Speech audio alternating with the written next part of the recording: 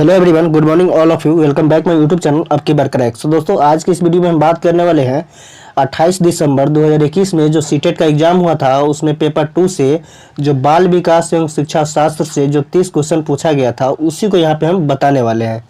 तो चैनल पे आप न्यू है तो चैनल को सब्सक्राइब कर लीजिएगा। तो चलिए पहला क्वेश्चन पे चलते हैं कि पहला क्वेश्चन हमारा क्या पूछा गया था। दोस्तों, पहला क्वेश्चन पूछा गया था कि निम्न में से कौन सा सिद्धांत यह प्रतिपादित करता है कि विकास जीवन पर्यंत चलने वाली प्रक्रिया है जिसका अंत नहीं होता है। फर्स्ट में दिया है समरूपता का सिद्धांत, सेकेंड में दिया है एकीकरण का सिद्धांत, थर्ड में दिया है अंतःक्रियात्मकता का सिद्धांत, फोर्थ में दिया है निरंतरता का सिद्धांत। इसमें कौन सा राइट आंसर हो जाएगा?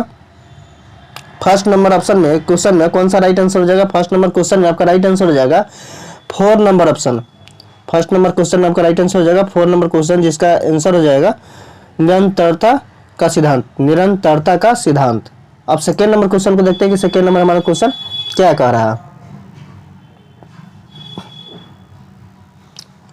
सेकेंड नंबर क्वेश्चन कह रहा है बच्चों के बारे में निम्नलिखित में से कौन सा कथन सामाजिक संरचनावादी परिप्रेक्ष्य से सही है। बच्चों के बारे में निम्नलिखित में से कौन सा कथन सामाजिक संरचनावादी परिप्रेक्ष्य से सही है। फर्स्ट में दिया बच्चों के व्यवहार की अनुभवों की वजह से छोटी वृद्धि से संबंधित परिवर्तनों के रूप में व्याख्या की जा सकती है। सेकंड में दिया बच्चों का व्यवहार पूरी तरह से जीवन के आरंभिक अनुभवों के द्वारा सुनिश्चित किया जाता है। थर्ड में दिया बच्चे उत्कृष्ट असभ्य प्राणी के रूप में जन्म लेते हैं और समाज द्वारा दुराचारी बना दिए जाते हैं। फोर में दिया है बच्चे क्रियाशील प्राणी होते हैं जो अपने सामाजिक सांस्कृतिक संदर्भों में काम और अंतःक्रिया करके ज्ञान का सृजन करते हैं। इसमें कौन सा राइट आंसर हो जाएगा? सेकेंड नंबर में आपका राइट आंसर हो जाएगा 4 नंबर ऑप्शन। सेकेंड नंबर में आपका राइट आंसर हो जाएगा 4 नंबर ऑप्शन। उसके बाद हम लोग देखते हैं थर्ड नंबर क्वेश्चन को कि थर्ड नंबर हमारा क्वेश्चन क्या कह रहा है। थर्ड नंबर क्वेश्चन कह रहा है कि खेलते समय बच्चों का एक समूह एक आधुनिक और लोकप्रिय फिल्म के दृश्यों का अभिनय करता है। यह स्थिति दर्शाती है कि समाजीकरण का एक प्रमुख संस्थान है। फर्स्ट में दिया परिवार, सेकंड में दिया मीडिया, थर्ड में दिया सहपाठी और फोर्थ में दिया धर्म। इसमें कौन सा राइट आंसर हो जाएगा? 3 नंबर में आपका राइट आंसर हो जाएगा मीडिया। 3 नंबर में आपका राइट आंसर हो जाएगा मीडिया। अब 4 नंबर क्वेश्चन को देखते हैं। 4 नंबर क्वेश्चन क्या कह रहा है? 4 नंबर क्वेश्चन यहाँ पे देख सकते हैं, दिया हुआ है पियाजे द्वारा दी गई विशेषताओं के आधार पर विकास के स्तर का मिलान कीजिए। इसमें मिलान करना है और बताना है कि कूट के भाषा में दिया रहेगा और उससे मिलान करना है आपको। देखिए यहाँ पे ये दिया है औपचारिक सक्रियात्मक अवस्था। फर्स्ट यहाँ पे दिया हुआ है इसके सामने एक में तर्कपूर्वक चिंतन एवं संरक्षण योग्यता। बी में दिया है पूर्व सक्रियात्मक अवस्था। सी में दिया है मृत सक्रियात्मक अवस्था और डी में दिया है संबंधी सक्रियात्मक अवस्था। यहाँ पे सेकंड में दिया परिकल्पनात्मक तर्क और अमृत सोच का आरंभ करना। थर्ड में दिया वस्तुओं की स्थिरता की समझ आरंभ करना। फोर्थ में दिया है प्रतीकों की सोच परंतु संरक्षण नहीं।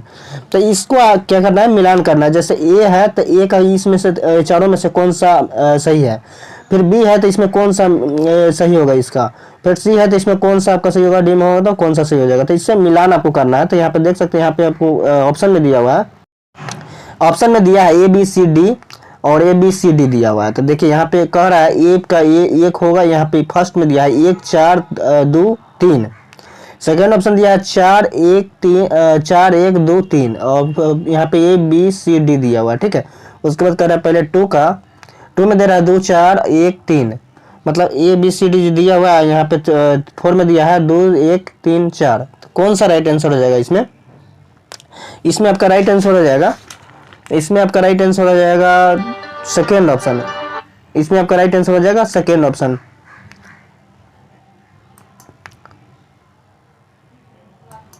इसमें आपका राइट आंसर हो जाएगा सेकेंड ऑप्शन। जैसे ए वाला था तो ए का पहले 2 होगा, फिर बी वाला था तो उसका 4 से मिलान होगा, सी वाला था तो उसके 1 से मिलान होगा, डी वाला था तो उसका 3 से मिलान होगा। ठीक है, तो इस तरीके से आपको सेकेंड ऑप्शन सही हो जाएगा। अब देखिए यहाँ 5वां नंबर क्वेश्चन कर रहा है कि जीन पियाजे के अनुसार सीखने के लिए निम्नलिखित में से क्या सबसे आवश्यक है। फर्स्ट में दिया है पूर्ण वर्णन का व साझा, सेकेंड में दिया विद्यार्थियों द्वारा सक्रिय खोजबीन, थर्ड में दिया अवलोकन एवं अनुकरण, फोर्थ में दिया भाषात्मक विकास जो सामाजिक अंतःक्रिया को सुसाध्य करता है। इसमें कौन सा राइट आंसर हो जाएगा? 5 नंबर में आपका राइट आंसर हो जाएगा सेकेंड ऑप्शन। 5 नंबर में आपका राइट आंसर होगा सेकंड, विद्यार्थियों द्वारा सक्रिय खोजबीन।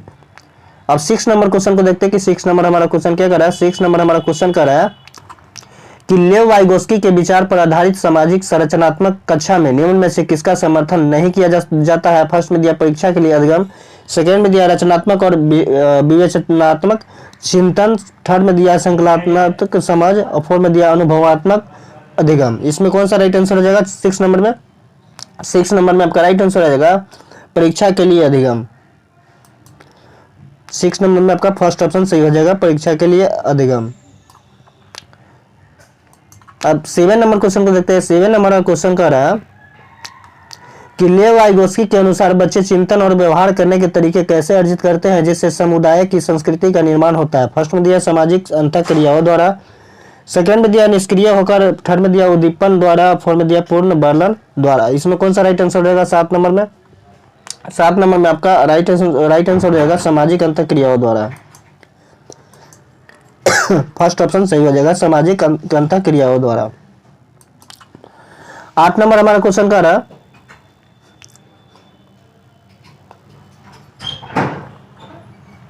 कि लॉरेंस कोहरबर्ग द्वारा दिए गए नैतिक विकास में सार्वभौमिक नैतिक सिद्धांत अभिनवीकरण किसमें सही वर्णित है। फर्स्ट में दिया है व्यक्तिगत आवश्यकताओं की पूर्ति, सेकंड में दिया मित्रों और संबंधियों का स्नेह और स्वीकृति बनाए रखना, थर्ड में दिया अमृत सार्वभौमिक सिद्धांत जो संपूर्ण मानवता के लिए मान्य हो, फोर्थ में दिया स्वयं के लिए कानून और नियमों की उचित ठहराना। इसमें कौन सा राइट आंसर हो जाएगा 8 नंबर में? 8 नंबर में आपका थर्ड नंबर ऑप्शन सही हो जाएगा।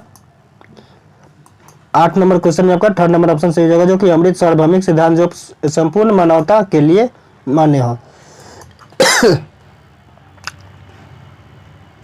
9 नंबर क्वेश्चन हमारा कह रहा है कि प्रगतिशील शिक्षा बालकों के प्रति कैसा दृष्टिकोण रखती है।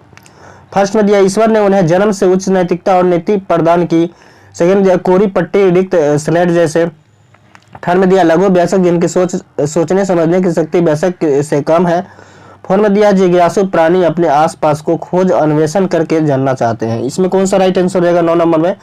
9 नंबर में आपका राइट आंसर हो जाएगा थर्ड नंबर ऑप्शन। 9 नंबर में आपका राइट आंसर हो जाएगा थर्ड नंबर, लघु वयस्क जिनकी सोचने समझने की शक्ति वयस्क से कम है। 10 नंबर क्वेश्चन कर रहा है कि निम्नलिखित में से कौन सा विकल्प बुद्धि प्रकार के लिए हार्वर्ड गार्डनर के अनुसार सही है। फर्स्ट में दिया चिकित्सक, जीव विज्ञानी, वाद्य यंत्र विशेषज्ञ, सेकंड में दिया कसरती रचनात्मक अभिव्यक्तिशील, थर्ड में दिया व्यवहारिक विश्लेषक रचनात्मक, और फोर्थ में दिया अंतर्वैयक्तिक प्रकृतिवादी शारीरिक रूप से क्रियाशील। इसमें कौन सा राइट आंसर हो जाएगा 10 नंबर में? 10 नंबर में आपका 4 नंबर ऑप्शन सही हो जाएगा। 10 नंबर में आपका 4 नंबर ऑप्शन सही हो जाएगा। उसके बाद देखते हैं 11 नंबर क्वेश्चन को कि 11 नंबर क्वेश्चन हमारा क्या कर रहा है। 11 नंबर हमारा क्वेश्चन कर रहा है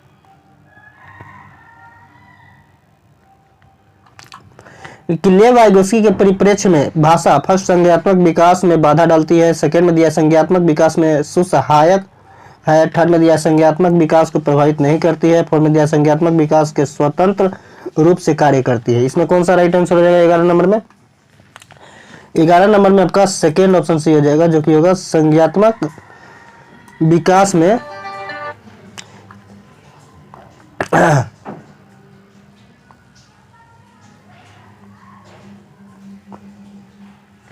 11 नंबर में आपका राइट आंसर हो जाएगा संज्ञात्मक विकास में सुसहायक, सेकेंड ऑप्शन सही हो जाएगा।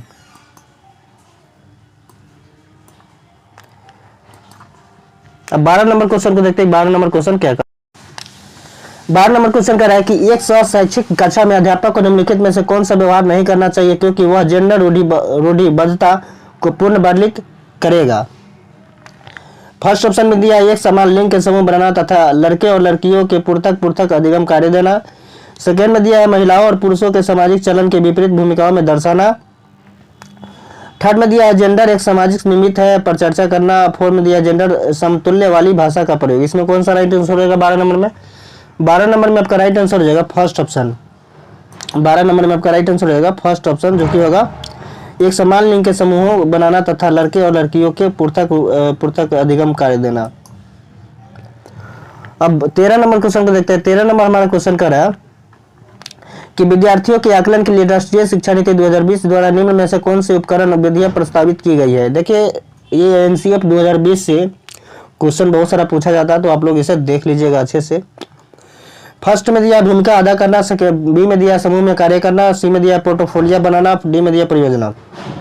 तो इसमें कूट में दिया, जैसा कि हम पिछले के क्वेश्चन में भी बताए थे कि कूट से जो क्वेश्चन है 4-5 क्वेश्चन आता ही आता है, तो आप लोग इसे भी देख लीजिएगा और इसको तैयार कर लीजिएगा ताकि आपको समझ में आए और लिख सके आप। तो कूट में दिया है बी और सी होगा, सेकंड में दिया ए सी और डी होगा, थर्ड में दिया बी सी और डी होगा, फोर्थ में दिया ए बी सी डी, यानी चारों होगा। तो कौन सा राइट आंसर हो जाएगा 13 नंबर में? 13 नंबर में राइट आपका आंसर हो जाएगा 4 number option, A B C D चारों होगा। ठीक है, अब 14 नंबर क्वेश्चन को देखते हैं। 14 नंबर हमारा क्वेश्चन कर रहा है कि विद्यार्थियों द्वारा कक्षा में मातृभाषा के प्रयोग के संदर्भ में कौन सा कथन सही है? फर्स्ट में दिया स्कूल को सारी कक्षाओं में केवल एक मानक भाषा का प्रयोग निर्धारित करना चाहिए। सेकेंड में दिया स्कूल को सभी विद्यार्थियों की भाषाओं का सम्मान करने की संस्कृति अपनानी चाहिए। थर्ड में दिया स्कूल को सभी स्तर पर अंग्रेजी को निर्देशन की भाषा निर्धारित करना चाहिए। फोर्थ में दिया है विद्यार्थियों को अपनी मातृभाषा में अभिव्यक्ति से हतोत्साहित करने के लिए स्कूल को जुर्माना करना चाहिए। तो 14 नंबर में कौन सा सही हो जाएगा? 14 नंबर में आपका सही हो जाएगा सेकेंड ऑप्शन। 14 नंबर में आपको कौन सा राइट आंसर हो जाएगा? सेकेंड ऑप्शन सही हो जाएगा, जो कि होगा स्कूल को सभी विद्यार्थियों की भाषाओं का सम्मान करने की संस्कृति अपनानी चाहिए। 15 नंबर क्वेश्चन देख सकते हैं, फिर से कथन वाला क्वेश्चन आ गया। कथन ए में दिया एक अध्यापक को अपनी कक्षा में बच्चों के सामाजिक सांस्कृतिक संदर्भों को प्रधानता देते हुए एक सांस्कृतिक रूप से उत्तरदायी शिक्षा शास्त्र को अपनाना चाहिए। तर्क आर में दिया विद्यालयों को एक संरचित एक रूप पाठ्यक्रम का अनुसरण करना चाहिए और कक्षा में व्यक्तिगत विभिन्नताओं पर गौर नहीं करना चाहिए। तो इसमें आपका ऑप्शन दिया हुआ है ए और आर दोनों सही है, परंतु आर ए की सही व्याख्या करता है। सेकंड में दिया ए और आर दोनों सही है, परंतु आर ए की सही व्याख्या नहीं करता है। ए सही है किंतु आर गलत है। फोर में दिया है ए और आर दोनों गलत है। तो 15 नंबर में कौन सा सही हो जाएगा? 15 नंबर में आपका राइट आंसर हो जाएगा थर्ड नंबर ऑप्शन। 15 नंबर में आपका राइट आंसर हो जाएगा थर्ड नंबर ऑप्शन, जो कि होगा ये सही है किंतु आर गलत है। ये सही है और आर गलत है। ठीक है, अब 16 नंबर क्वेश्चन को देखते हैं। 16 नंबर क्वेश्चन क्या कर रहा है? 16 नंबर क्वेश्चन क्या है कि गुणज वैकल्य की पहचान क्या है? फर्स्ट में दिया गुणज गुणन कौशल चिंता संख्याओं गणितीय तथ्यों समझने में दिक्कत। सेकंड दिया अवधान अतिक्रियाशीलता अवयवशीलता। थर्ड में दिया मौलिकता प्रवाह लचीलापन। फोर्थ में दिया मांसपेशियों के संचालन। तो इसमें कौन सा राइट आंसर हो जाएगा 16 नंबर में? 16 नंबर में आपका राइट आंसर हो जाएगा फर्स्ट नंबर ऑप्शन, जो कि गणन कौशल चिंता संख्याओं गणितीय तथ्यों को समझने में दिक्कत। अब चलते हैं 17 नंबर क्वेश्चन को कि 17 नंबर क्वेश्चन क्या कर रहा है हमारा। 17 नंबर क्वेश्चन कह रहा है कि समावेशी शिक्षा में कौन सा सम्मिलित है? फर्स्ट ए में दिया अधिगम क्षमता वाले विद्यार्थी, बी में दिया प्रतिभाशाली विद्यार्थी, सी में दिया दृष्टिबाधित विद्यार्थी, डी में दिया वो बच्चे जो एक समुदाय से हो जो हाशिए पर है। कुट में दिया ए और बी, सेकंड में दिया ए सी और डी, थर्ड में दिया ए बी और सी, फोर्थ में दिया ए बी सी और डी। तो 17 नंबर में कौन सा सही हो जाएगा? 17 नंबर में आपका राइट आंसर हो जाएगा 4 number option, A B C और डी। अब 18 नंबर क्वेश्चन हमारा कह रहा है कि एक शिक्षिका को विद्यार्थी के किस व्यवहार से यह इंगित होगा कि यह दृष्टिबाधित है? फर्स्ट में दिया श्यामपट्ट को बहुत दूर से पढ़ने को चुनना। सेकेंड में दिया सूक्ष्म जानकारी वाले भौतिक नक्शों को पढ़ना। थर्ड में दिया बारीक मुद्रक वाले कार्यपत्रों को तुरंत पूरा करना। फोर्थ में दिया बढ़ने में चुनौती महसूस करना और पढ़ते समय आंखें मिचकना। तो इसमें कौन सा सही हो जाएगा 18 नंबर में? 18 नंबर का राइट आंसर हो जाएगा 4 नंबर ऑप्शन। 18 नंबर में 4 नंबर ऑप्शन सही होगा, पढ़ने में चुनौती महसूस करना और पढ़ते समय आंखें मिचकाना। 19 नंबर क्वेश्चन हमारा कह रहा है कि मेधावी अधिगमकर्ताओं की आवश्यकताओं को पूरा करने के लिए एक अध्यापिका को क्या करना चाहिए? फर्स्ट में दिया कार्यों को समझने के लिए निश्चित निर्देशन और विस्तृत दिशा निर्देशक देना। सेकेंड में दिया निर्धारित पाठ्यचर्या का सख्ती से अनुसरण करना। और थर्ड में दिया मानकीकृत आकलन युक्तियों का प्रयोग करना। फोर्थ में दिया है माध्यम से उच्चतर श्रेणी के चिंतन वाले कार्यकलाप देना। इसमें कौन सा राइट आंसर हो जाएगा 19 नंबर में? 19 नंबर में आपका राइट आंसर हो जाएगा 4 नंबर ऑप्शन, मध्यम से उच्चतर श्रेणी के चिंतन वाले कार्यकलाप देना। अब 20 नंबर हमारा क्वेश्चन कर रहा है कि निम्न में से समावेशी कक्षा में किसका प्रयोग करना चाहिए? फर्स्ट में दिया है नैदानिक नामीकरण। सेकंड में दिया यथोचित समायोजन, थर्ड में दिया बच्चों का पृथक्करण, फोर में दिया प्रतिस्पर्धात्मक कक्षा लोकाचार। तो इसमें कौन सा सही हो जाएगा 20 नंबर में? 20 नंबर में आपका राइट आंसर रहेगा सेकेंड नंबर ऑप्शन, जो कि होगा यथोचित समायोजन। 21 नंबर क्वेश्चन फिर से कूट वाला आ गया, और यहाँ का निम्न में से कौन सा कारक अधिगम को प्रभावित करता है? फर्स्ट में ए में दिया अधिगमकर्ताओं की अभिवृत्ति, बी में दिया अधिगमकर्ताओं की आयु, सी में दिया अध्यापन की शिक्षा शास्त्रीय तकनीकी, डी में दिया अधिगमकर्ताओं का सामाजिक सांस्कृतिक संदर्भ। कूट ए में दिया हुआ, एक में दिया ए और सी सही होगा, सेकंड में दिया बी सी और डी होगा, थर्ड में दिया ए बी सी होगा, और फोर्थ में दिया ए बी सी डी, चारों होगा। तो 21 नंबर में कौन सा सही हो जाएगा? 21 नंबर का सही हो जाएगा चारों ऑप्शन, 4 नंबर ऑप्शन आपका सही हो जाएगा। अब 22 नंबर क्वेश्चन हमारा कर रहा है कि अर्थपूर्ण अधिगम के लिए ए में दिया बच्चों के समादित महसूस होना चाहिए, बी में दिया बच्चों के अनुभवों को समाहित करना चाहिए, सी में दिया बच्चों को सवाल पूछने की अनुमति नहीं होनी चाहिए। ए में कूट में दिया ए और बी होगा, सेकंड में दिया ए और सी होगा, थर्ड में दिया है बी और सी होगा, फोर्थ में दिया ए बी और सी होगा। तो कौन सा सही हो जाएगा 22 नंबर में? 22 नंबर में आपका सही हो जाएगा फर्स्ट ऑप्शन ए और बी सही हो जाएगा इसमें, और बाकी के जो सी डी है गलत हो जाएगा। अब 23 नंबर क्वेश्चन हमारा कह रहा है कि विद्यार्थियों द्वारा अधिगम की प्रक्रिया के दौरान की गई त्रुटियां पर एक माध्यमिक विद्यालय स्तर के अध्यापक को कैसी प्रतिक्रिया देनी चाहिए?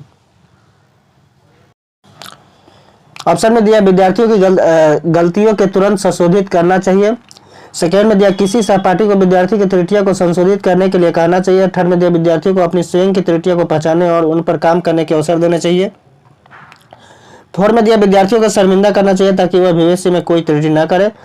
तो 23 नंबर में कौन सा सही हो जाएगा? 23 नंबर में आपका सही हो जाएगा थर्ड ऑप्शन, 23 नंबर में आपका थर्ड नंबर ऑप्शन आपका सही हो जाएगा, जो कि विद्यार्थियों को अपने स्वयं की त्रुटियों को पहचानने और उन पर काम करने के अवसर देने चाहिए।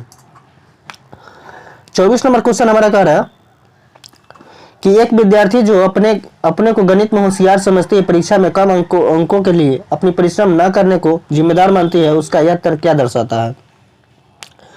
फर्स्ट में दिया नियंत्रण का आंतरिक केंद्र, सेकंड में दिया अधिगम सहायता, थर्ड में दिया नियंत्रण के बाह्य कारक, फोर्थ में दिया उसका अपनी योग्यता में अविश्वास। इसमें कौन सा राइट आंसर होगा? 24 नंबर में आपका राइट आंसर हो जाएगा फर्स्ट नंबर ऑप्शन, नियंत्रण का आंतरिक केंद्र होगा। 25 नंबर क्वेश्चन का रहा है कि क्या अध्यापन अधिगम प्रक्रिया में भय की कोई भूमिका होती है? फर्स्ट में दिया इसमें सही विकल्प चुनना है, तो फर्स्ट में दिया हाँ, भय एक उम्दा अभिप्रेरक है और अध्यापक को उसका बारंबार प्रयोग करना चाहिए। सेकंड में दिया नहीं, भय की वजह से अधिगम से संबंध विच्छेद हो जाता है और विद्यार्थी भयपूर्ण परिस्थितियों में बहुत कम जोखिम लेते हैं। थर्ड में दिया हाँ, बच्चे केवल भय के दबाव में ही अधिगम के लिए प्रयत्न करते हैं। फोर्थ में दिया नहीं, भय एक स्वयं है और इसलिए संज्ञान के संबंधित नहीं है। तो इसमें कौन सा राइट आंसर हो जाएगा 25 नंबर में? 25 नंबर में आपका राइट आंसर हो जाएगा सेकेंड ऑप्शन, नहीं, भय की वजह से अधिगम से संबंध विच्छेद हो जाता है और विद्यार्थी भयपूर्ण परिस्थितियों में बहुत कम जोखिम लेते हैं। 26 नंबर हमारा क्वेश्चन कह रहा है कि कथन में अध्यापक को बच्चों में अधिक संज्ञान अपने ही चिंतन के बारे में सोचने की योग्यता को विकसित करने पर बल और बढ़ावा देना चाहिए। तर्ककार में दिया अधिक संज्ञात्मक ज्ञान बच्चों को अपने चिंतन को स्वनियंत्रित करने में मदद करता है। फर्स्ट ए में दिया ए और आर दोनों सही है, परंतु आर ए की सही व्याख्या नहीं करता है, और सेकेंड ऑप्शन दिया ए और आर दोनों सही है, परंतु आर ए की सही व्याख्या नहीं करता है। थर्ड में दिया ए सही है किंतु आर गलत है, फोर्थ में दिया ए और आर दोनों गलत है। इसमें कौन सा राइट आंसर हो जाएगा? 26 नंबर में राइट आपका आंसर हो जाएगा फर्स्ट ऑप्शन, 26 नंबर में आपका राइट आंसर रहेगा फर्स्ट ऑप्शन, ए और आर दोनों सही है, परंतु आर ए की सही व्याख्या करता है। 27 नंबर क्वेश्चन का है कि इनमें से कौन सी विधि अर्थपूर्ण अधिगम के लिए सबसे प्रभावशाली है? फर्स्ट में दिया रटकर याद करना, सेकंड में दिया निष्क्रिय श्रवण, थर्ड में दिया संयोजन के माध्यम से समझना, फोर्थ में दिया ड्रिल और बार बार अभ्यास। तो 27 नंबर में कौन सा सही हो जाएगा? 27 नंबर में सही हो जाएगा थर्ड नंबर ऑप्शन, संयोजन के माध्यम से समझना। 28 नंबर क्वेश्चन कह रहा है हमारा कि विद्यार्थी अक्सर प्राकृतिक घटनाओं के बारे में सहजज्ञ सिद्धांत रच लेते हैं। एक अध्यापिका को फर्स्ट में दिया विद्यार्थियों को ऐसा करने के लिए निरुत्साहित करना चाहिए, सेकंड में दिया विद्यार्थियों को ऐसी अवधारणाओं की रचना करने के लिए दंडित करना चाहिए जो उनकी पाठ्य पुस्तक में समाहित नहीं है। और थर्ड में देखते हैं, थर्ड ऑप्शन में दिया विद्यार्थियों को ऐसी पूर्व अवधारणाएं साझा करने के लिए प्रोत्साहित करना चाहिए और अध्यापन अधिगम शिक्षा शास्त्र के अनुरूप उनके अनुरूप बनना चाहिए। फोर में दिया इन सिद्धांतों के अनदेखा कर देना चाहिए और संप्रदायों को प्रत्यक्ष निर्देशन द्वारा पढ़ना चाहिए। तो 28 नंबर में कौन सा सही हो जाएगा? 28 नंबर में आपका सही हो जाएगा, 28 नंबर में आपका थर्ड ऑप्शन सही हो जाएगा। विद्यार्थी को ऐसी पूर्व अवधारणाएं साझा करने के लिए प्रोत्साहित करना चाहिए और अध्यापन अधिगम शिक्षा शास्त्र को उनके अनुरूप बनाना चाहिए। 29 नंबर क्वेश्चन हमारा कह रहा है कि समप्रत्यात्मक समझने हेतु अध्यापन के लिए एक अध्यापक को क्या करना चाहिए? फर्स्ट में दिया विद्यार्थी के पूर्व ज्ञान के संबंध स्थापित करना चाहिए। सेकंड में दिया गैर उदाहरण और अपवाद बताने से बचना चाहिए। थर्ड में दिया प्रत्यक्ष निर्देशन की विधि का प्रयोग करना चाहिए। फोर्थ में दिया अधिगम के लिए आकलन करने के बजाय अधिगम का आकलन करने के प्रावधान बनाने चाहिए। तो इसमें कौन सा सही हो जाएगा? 29 नंबर में, 29 नंबर में आपका सही हो जाएगा विद्यार्थियों के पूर्व ज्ञान से संबंध स्थापित करना चाहिए। दोस्तों 30 नंबर क्वेश्चन का निम्नलिखित में से कौन सी एक प्रभावशाली सामाजिक संरचनावादी कक्षा की विशेषता गुण है? फर्स्ट में दिया प्रश्नों का उत्तर देने के निश्चित चरण है, जैसे कि अध्यापक द्वारा स्वयंपाठ पर उत्तर का लिखा जाना और विद्यार्थियों द्वारा जयों का नकल उतारना। सेकंड में दिया किसी समस्या तक पहुंचने और उसका समाधान निकालने की केवल एक ही सही प्रक्रिया है पर जोर दिया जाना चाहिए। थर्ड में दिया बच्चों को प्रोत्साहित किया जाए कि वे चुपचाप सुने और पुनरावृत्ति एवं प्रत्यास्मरण पर जोर दिया जाना है। और फोर्थ दिया सामूहिक कार्य और सामूहिक समस्या समाधान को प्रोत्साहित किया जाना। तो इसमें कौन सा राइट आंसर हो जाएगा? 30 नंबर में आपका राइट आंसर हो जाएगा 4 नंबर ऑप्शन। 30 नंबर में आपका राइट आंसर हो जाएगा 4 नंबर ऑप्शन, जो कि होगा सामूहिक कार्य और सामूहिक समस्या समाधान को प्रोत्साहित करना। सो दोस्तों अभी जो हम क्वेश्चन बताए हैं 30 क्वेश्चन बताए हैं और ये सीडीपी के क्वेश्चन था पेपर 2 का, जो कि आपका 28 दिसंबर 2021 में ये सीटेट के एग्जाम में एक क्वेश्चन पूछा गया था। तो आप लोग इस सभी 30 क्वेश्चन को देख लीजिएगा ताकि इससे 10 नंबर आपका कवर हो ही जाए। तो उम्मीद है कि ये वीडियो आपको अच्छा लगा होगा और जो भी आपके फ्रेंड सर्किल में सीटेट का जो तैयारी करते होंगे उनको शेयर जरूर कीजिएगा और चैनल को सब्सक्राइब जरूर कर लीजिएगा। सो मिलते हैं इसी तरह के वीडियो लेकर के नेक्स्ट वीडियो में। तब तक के लिए बाय। जय हिंद, जय भारत।